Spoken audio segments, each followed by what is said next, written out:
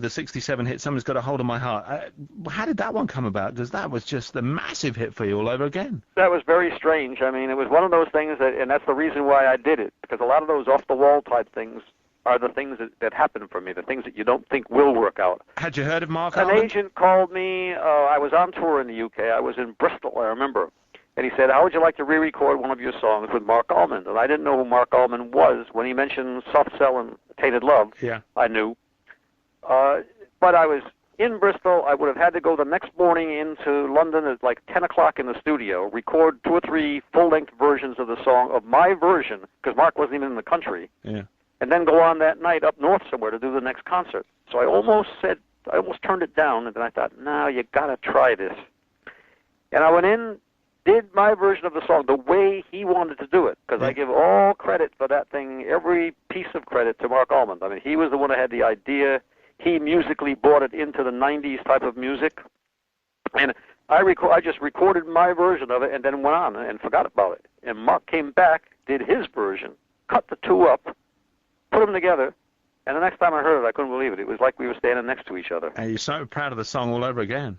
Yeah, and then I never met Mark until 3 months later, after the song had been out for a long time, when we did the video in Las Vegas. Yeah, I remember the video. Yeah. Wow. The Odd Couple.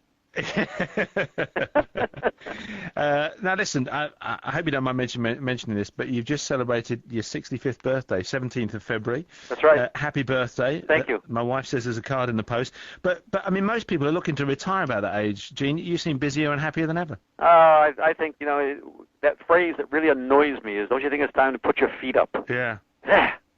I don't have any interest. I'm sure that realistically that I'm going to have to at some point here, but not right now. It's all so good, and the touring, I love it, and I pick and choose what I want to do, where I want to go, so that there's always breaks in between, so that it's all fresh and feels good to me when I come back to it. And the other thing is, of course, now you come over here as a 65-year-old, you can get your bus pass as well. That's Gene. right. See, the bus pass is the real upside of that. Hey, you're cool. It sounds as though you've had, a really blessed life, Gene. Do you feel that as a performer?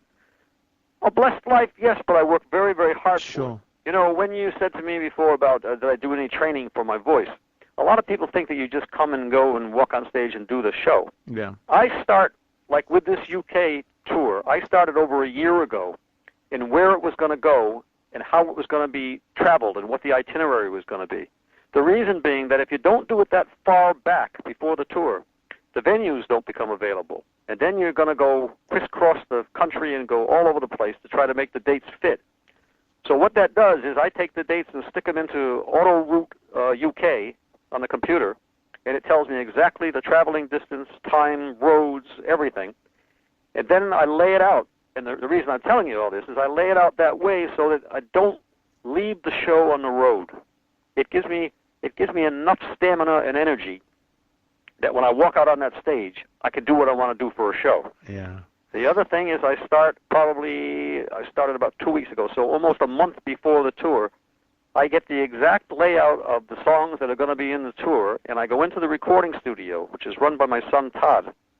He puts the backing tracks together for all the songs I'm going to be doing, and I do them in sequence exactly as the show is going to be, so that not only does it work the voice and get me into shape for it, I'm very, very comfortable with the show and knowing it when I get out there. It's not like I'm going to trip over some words and things, because there's a lot of songs that we change all the time. This tour will be different from the last one. You still writing? Yeah, no, we're writing. We're working on 2 CDs, actually. Working on a Christmas CD, which people have badgered me for years to do. Yeah. But it's not going to be a Jingle Bells. We're doing things like Panis Angelicus, Mary Did You Know? Wow, yeah. Bending toward pop to a degree with Pretty Paper, the Orbison song. Yes, yeah. And the other side of that is working on a contemporary CD.